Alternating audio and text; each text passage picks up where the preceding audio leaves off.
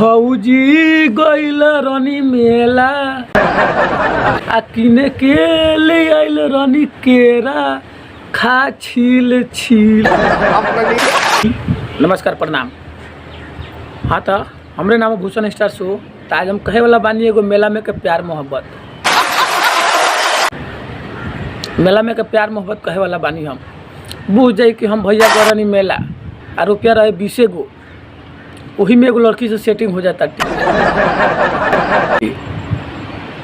तो लड़की हमें से मांगत का भी बड़ा प्यार से, एगो कान में के एगो नाक में के एगो ठलाली।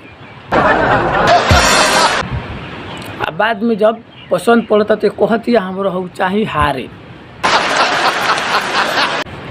अब बताई लगन जेब में बा 20 गो रुपया बा आ मेला गईनी हम मेला करे खातिर आ हो जाता प्यार।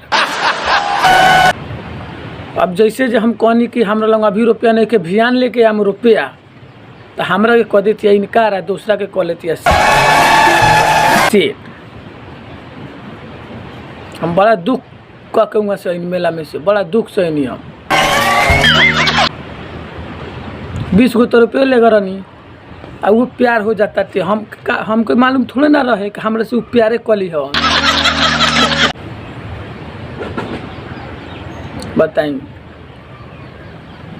मेला बड़ी धूमधाम से लग रहे। हम कोई नहीं 20 गो रुपया लेकर खुशी से, जब तक प्यार हो जाता दुखी से।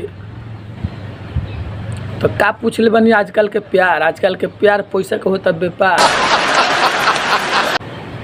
तो नहीं सब प्यारे करता रही सब कोचू वो प्यार पर का भरोसा करी हम।